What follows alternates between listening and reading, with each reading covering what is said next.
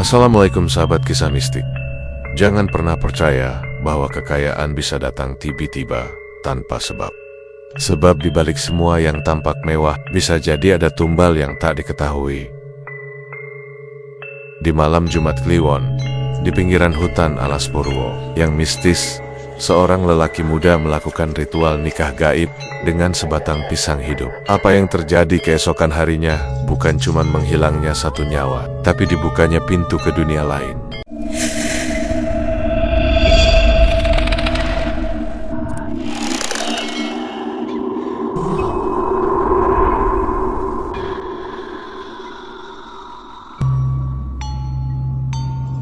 Nama lengkapnya Sarwanto, tapi semua orang memanggilnya Wanto.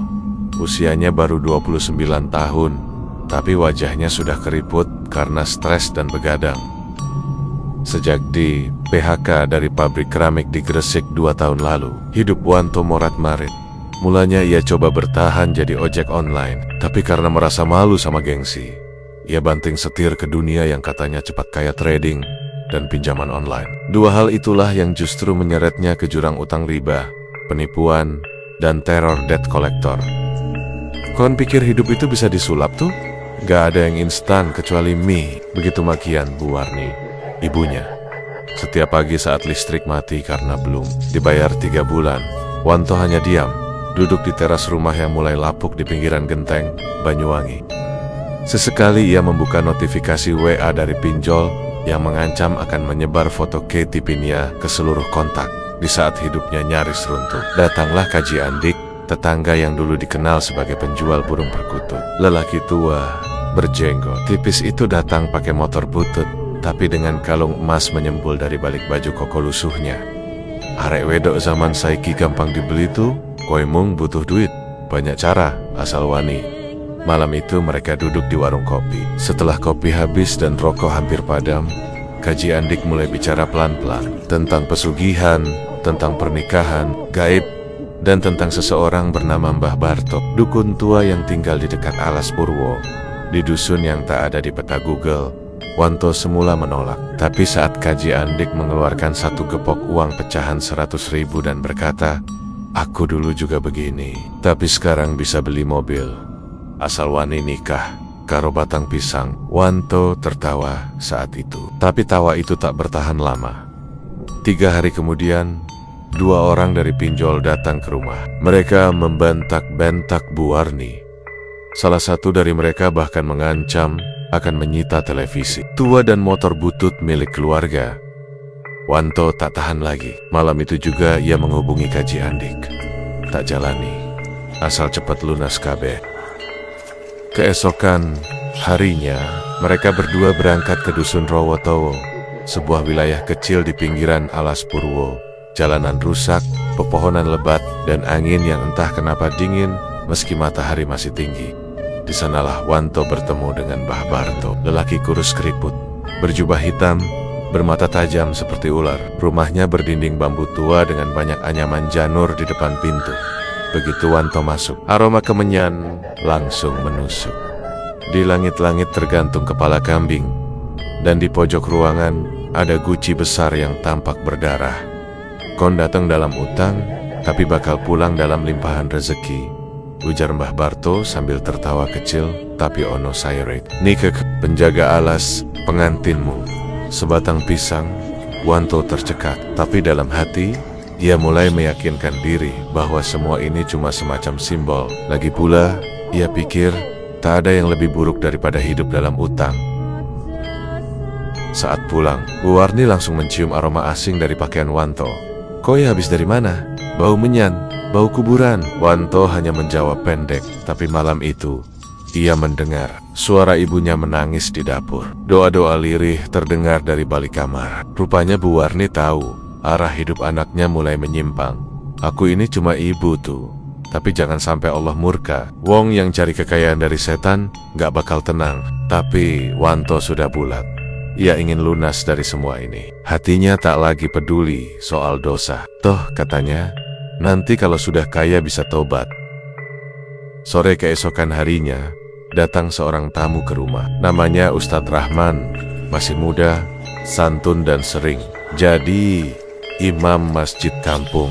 Ia mendengar dari warga tentang pergi-perginya Wanto ke alas dan ingin sekadar mengingatkan. Mas Wanto, saya cuma mau bilang, dalam Islam, jalan pintas yang syirik itu bukan jalan keluar, tapi awal kehancuran. Allah itu memberi rezeki, bukan jin.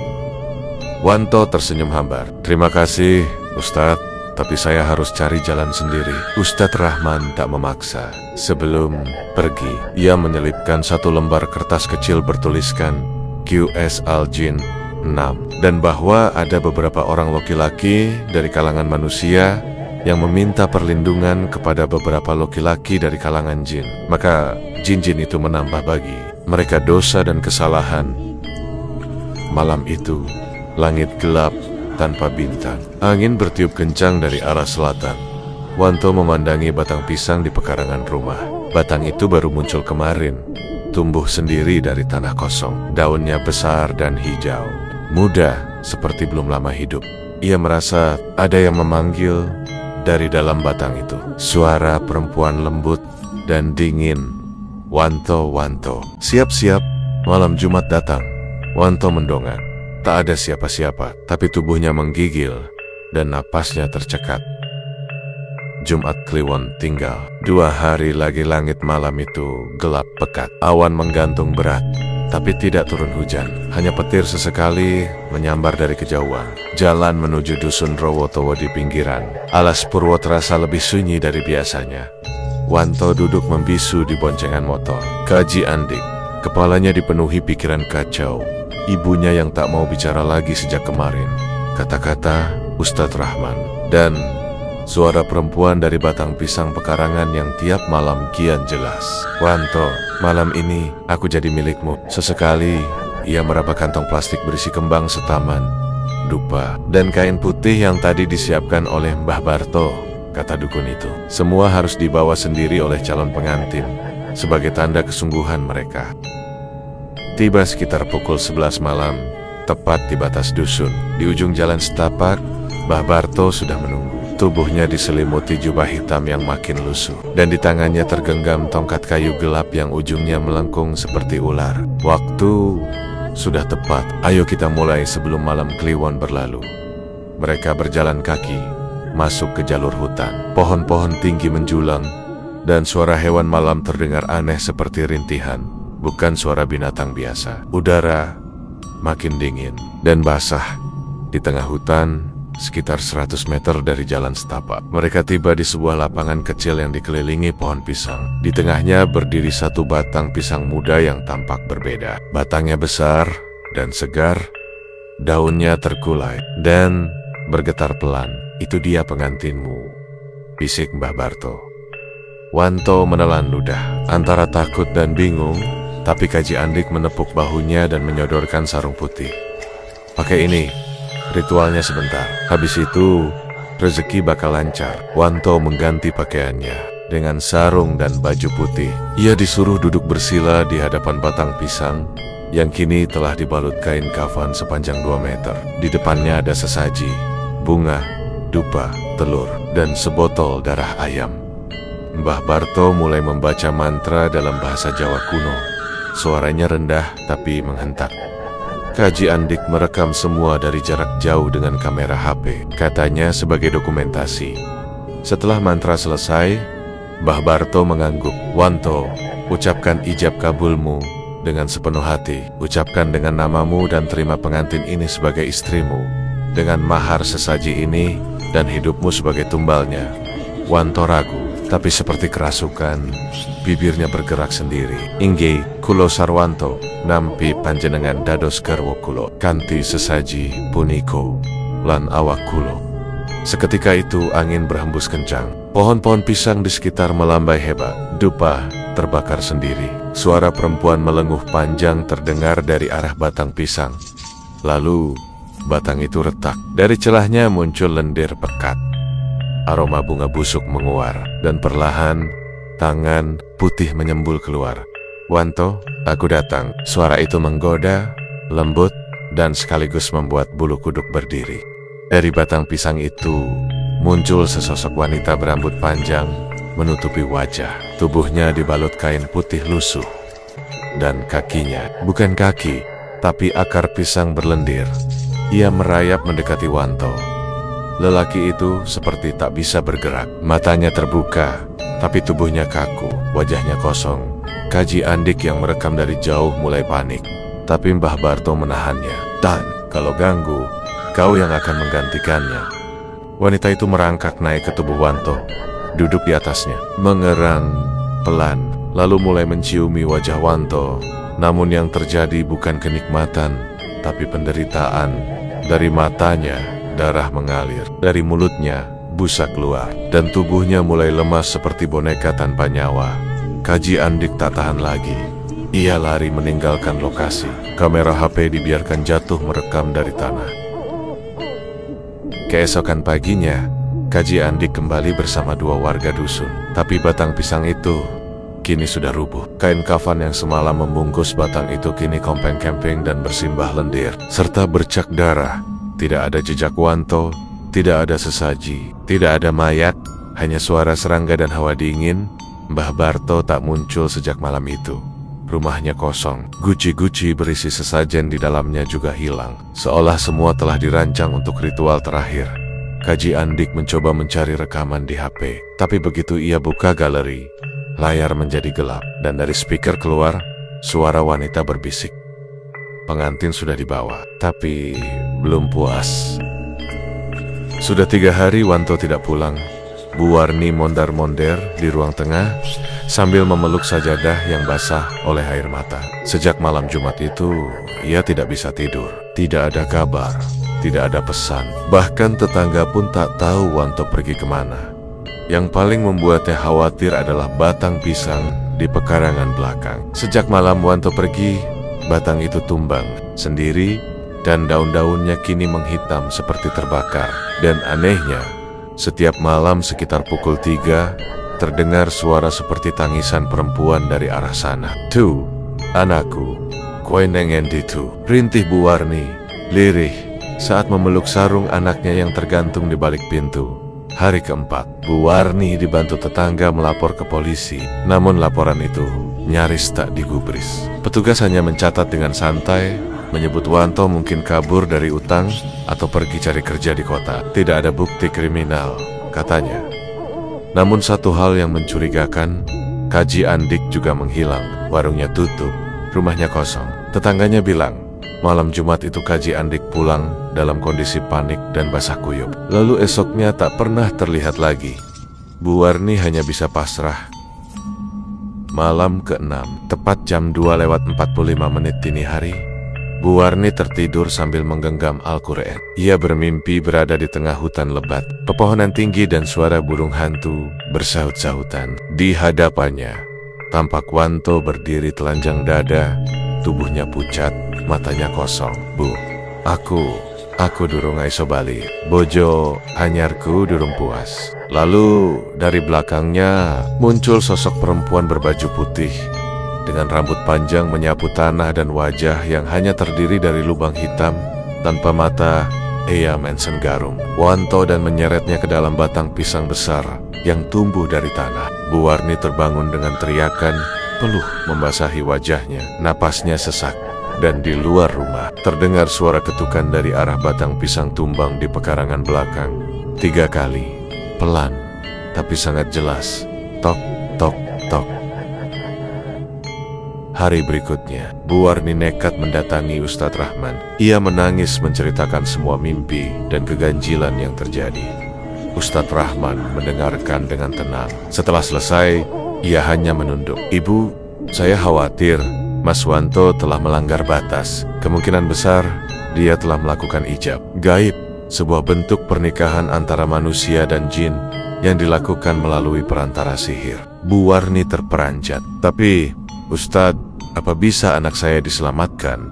Ustadz Rahman tak langsung menjawab. Ia membuka kitab dan membaca pelan. Lalu ia berkata, "Allah bisa menyelamatkan siapapun. Tapi selama perjanjiannya belum lunas, biasanya arwah mereka disimpan dalam kurungan gaib. Kalau arwahnya masih bisa dijangkau, kita akan coba panggil lewat ruqyah dan tahajud khusus." Malam harinya, Ustadz Rahman datang bersama 2 santri. Mereka membawa air zam-zam. daun bidara, serta speaker kecil untuk memutar surat-surat ruqyah seperti Al-Baqarah, Al-Jin, dan ayat kursi. Ritual dimulai pukul 10 malam. Lampu rumah dimatikan, hanya lilin kecil yang menyala. Speaker mulai memutar Al-Baqarah ayat 1-5. Baru beberapa menit, daun pintu bergoyang sendiri. Tirai jendela berkibar, padahal jendela tertutup. Santri yang memegang air zam-zam mulai gemetar. Saat ayat Fabi Ayyi, Ala Ayyi Rabbikuma Atukadzibaan diputar berulang, piring di dapur pecah sendiri. Dan dari arah belakang rumah, terdengar suara perempuan menangis dan tertawa bersamaan. Hahaha, dia suamiku, dia milikku. Bu Warni pingsan. Setelah ruqyah, Ustadz Rahman meminta agar semua cermin di rumah ditutupi. Namun, satu cermin kecil di kamar Wanto tertinggal. Dan itulah yang membuat keesokan paginya, santri yang tidur di kamar itu berteriak histeris. Ustadz, wajah perempuan itu muncul di cermin. Dan dia bilang, Wanto belum selesai dinikahi. Cermin itu langsung dibungkus dan dilempar ke sumur belakang. Tapi kejadian aneh tak berhenti. Setiap malam, selalu ada 3 ketukan dari batang pisang yang tumbang. Dan saat azan subuh berkumandang, bau amis menyebar dari dalam rumah. 7 hari setelah hilangnya Wanto, warga kampung dikejutkan oleh mimpi masal. 6 orang mengaku bermimpi didatangi Wanto dengan tubuh penuh darah, meminta tolong, dan mengatakan kalimat yang sama. Kuburku bukan di tanah, tapi di batang pisang. Aku belum mati, tapi sudah dikurung. Bu Warni pun akhirnya memutuskan untuk membongkar batang pisang tumbang di pekarangan rumah, berharap bisa menemukan sesuatu.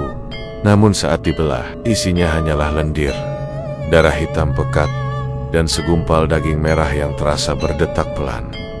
Malam itu, langit kembali muram. Bulan hanya terlihat seperti bayangan pucat di balik awan. Ustadz Rahman berdiri di pelataran rumah Bu Warni, menatap batang pisang yang sudah setengah membusuk, dengan cairan hitam menetes dari sela batangnya. Malam ini malam Jumat Kliwon lagi, bisik Ustadz Rahman. Ia menoleh kedua santri yang ikut bersamanya, Hafidz dan Thoib. Keduanya masih muda, namun telah terbiasa menghadapi gangguan sihir dan jin. Mereka mengangguk paham. Waktu penyelamatan telah tiba. Ustadz Rahman meminta izin kepada Bu Warni untuk melaksanakan misi ini.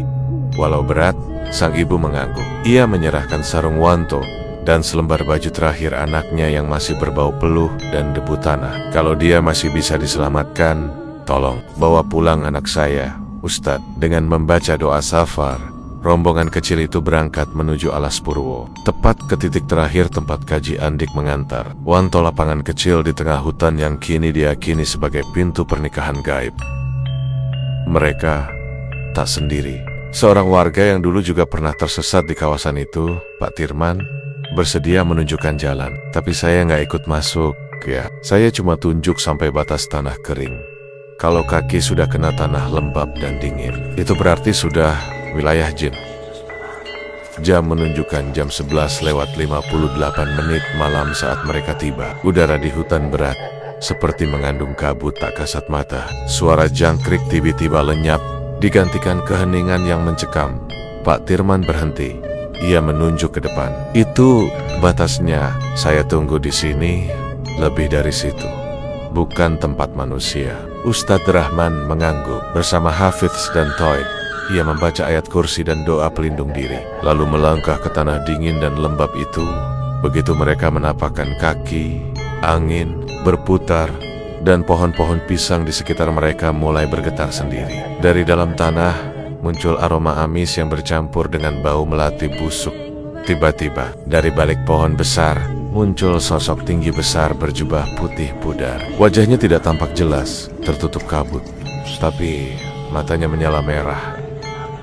Kalian memasuki wilayah perjanjian. Manusia tidak diizinkan membawa kembali yang telah dinikahkan. Ustadz Rahman menjawab tegas, membaca Kiwes Al-Muminun ayat 97-98.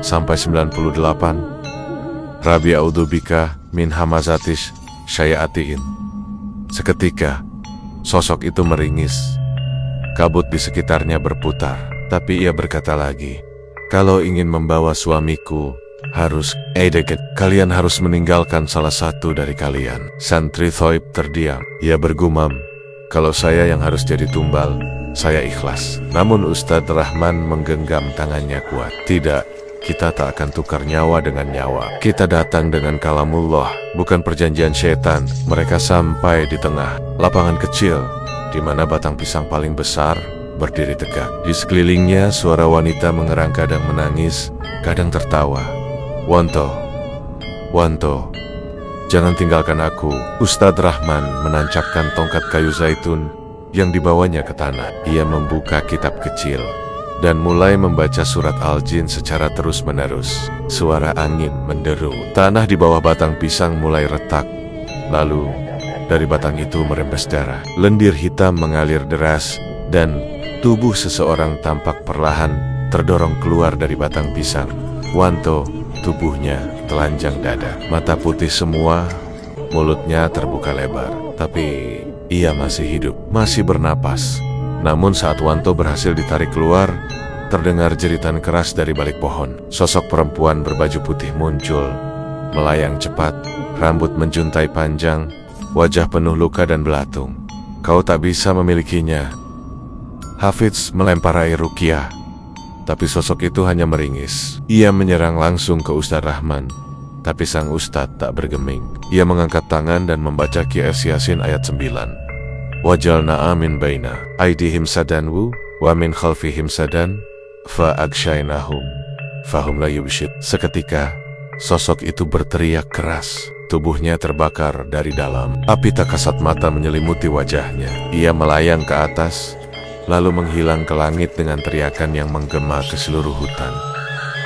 Wanto berhasil dibopong keluar hutan. Pak Tirman menunggu di pinggir jalan, terpaku melihat wajah Wanto yang pucat dan tubuhnya seperti baru lahir kembali dari kematian di rumah. Bu Warni menangis melihat anaknya kembali, namun Wanto belum bisa bergerak. Ia hanya memandang kosong, dan setiap malam, tepat pukul 3, ia bangun dari tidur sambil menangis dan memeluk sarungnya sendiri. Dia masih di sini, Bu. Dia belum pergi sepenuhnya.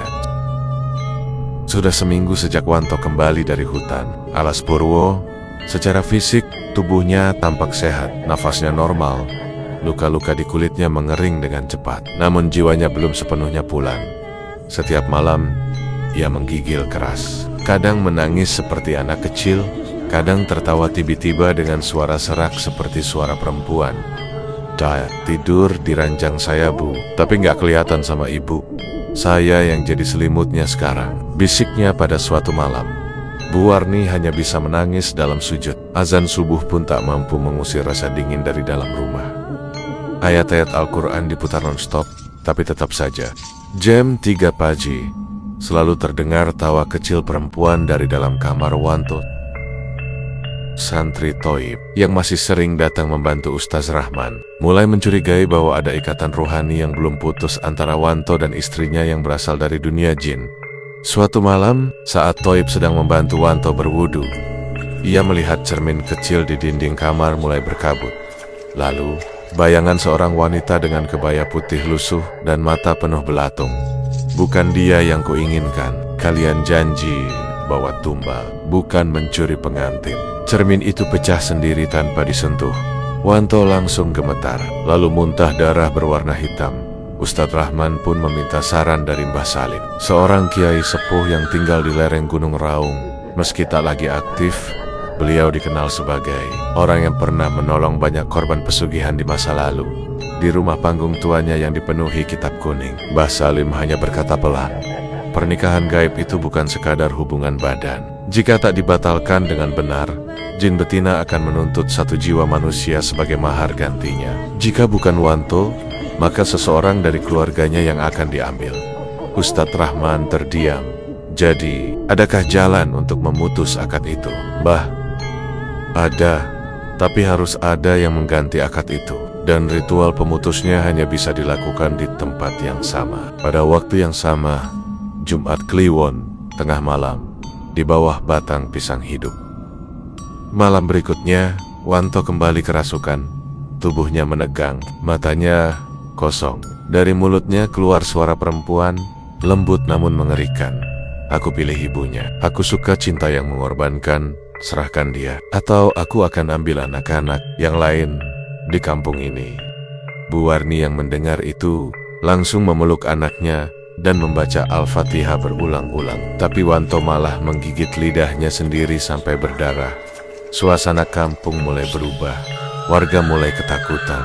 3 anak kecil mengigau malam-malam dan menyebut pengantin kebaya putih. Seekor kambing ditemukan mati tanpa sebab, dengan mata tercongkel dan bekas lendir hitam di sekitarnya.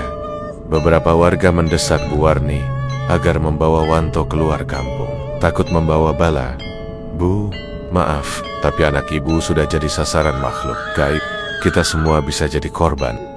Namun, Bu Warni tak menyerah. Saya akan ikut ritualnya, Pak. Kalau nyawa saya yang harus jadi ganti, saya rela, asal anak saya bebas. Malam itu, Ustadz Rahman, 2 santri, dan Bu Warni berangkat kembali ke tempat semula di Alas Purwo. Tapi kali ini, mereka batang pisang hidup yang dipotong dari halaman rumah Wanto. Ritual dilakukan tepat jam 0:03. Ayat-ayat manzil, surat Al-Jin, dan doa pemutus sihir dibacakan silih berganti. Batang pisang ditancapkan di tanah, dan di hadapannya, Bu Warni berdiri sambil membaca kalimat tahlil dan istighfar. Ya Allah, jangan ambil anakku, ambil saja aku. Angin kencang berhembus, pohon-pohon pisang di sekitar bergetar. Dari tanah, muncul genangan darah dan suara ratapan perempuan. Kalian merusak akadku, kalian ingkar janji, dan tubuh Bu Warni terseret ke arah batang pisang. Santri Hafiz menariknya kuat-kuat, tapi seperti ada tangan tak kasat mata yang menggenggam kaki Bu Warni. Allahu Akbar, pekik Ustadz Rahman sambil menancapkan tongkat kayunya ke tanah dan membacakan QSS Safat ayat 1-10. Kilatan cahaya menyambar dari langit, tanah berguncang, dan dari batang pisang muncul api biru kecil yang melayang-layang lalu menghilang ke angkasa. Suara ratapan menghilang perlahan.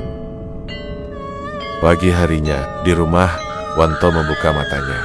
Bu, kok saya tidur di kamar? Loh, saya belum ikut pernikahan kemarin. Ia tak mengingat apa-apa.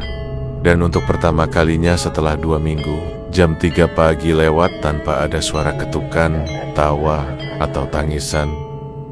Seminggu kemudian, saat membersihkan kamar Wanto, Bu Warni menemukan lipatan kain yang tergeletak di bawah bantal. Di dalamnya ada secarik surat bertuliskan tangan halus. Kalian boleh membawa tubuhnya, tapi sebagian jiwanya tetap bersamaku. Suatu hari, jika dia kembali mendekati maksiat, aku akan datang lagi. Bojone Saka Alas.